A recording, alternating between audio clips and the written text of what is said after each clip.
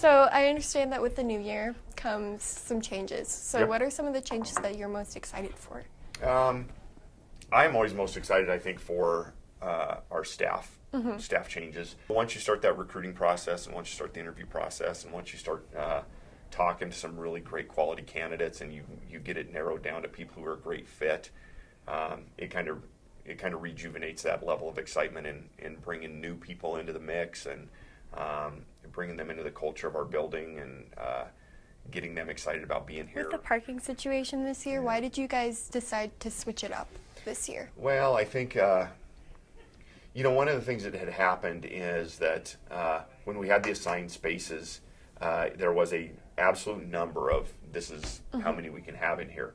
Well, the thing we heard from the community that was frustrating for them and was hard for us to explain was a lot of the seniors who maybe only had 5 classes were done after 5th hour, or they had a block off in the middle and they would leave 4th and 5th and be gone for.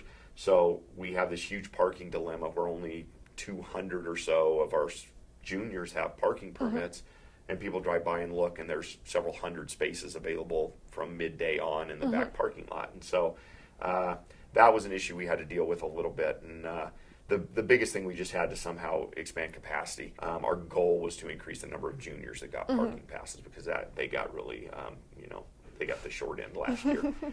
We were able to increase that by around 140, which was great. And I think it not only allowed us to get more permits, but it allowed us the flexibility to kind of keep an eye and say, okay, if we start having periods of time where we have open spaces, do we oversell? When you had the absolute number with the numbered parking spaces, you couldn't oversell by a percentage. Yeah.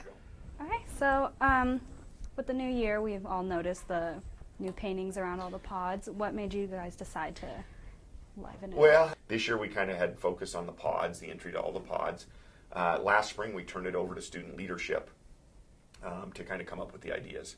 And they had groups of kids go and talk to each of the departments in those wings, and kind of what was cool about it, it was really a student-led, student input type of thing. And so the ideas for what those pods look like came out of student leadership and their conversations with not only the departments and the teachers, but the kids that frequent those areas and what they wanted to see in their areas. And so we customized each of the pods based on the input of the leadership group and what the kids had done. So.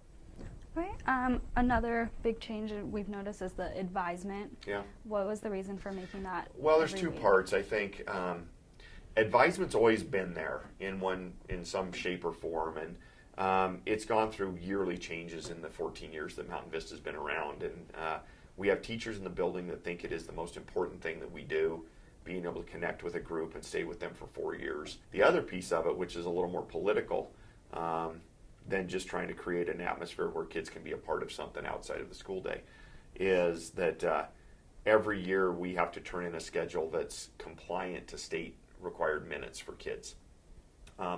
Advisement to make our schedule compliant, that advisement piece has to be a part of the instructional minutes for class.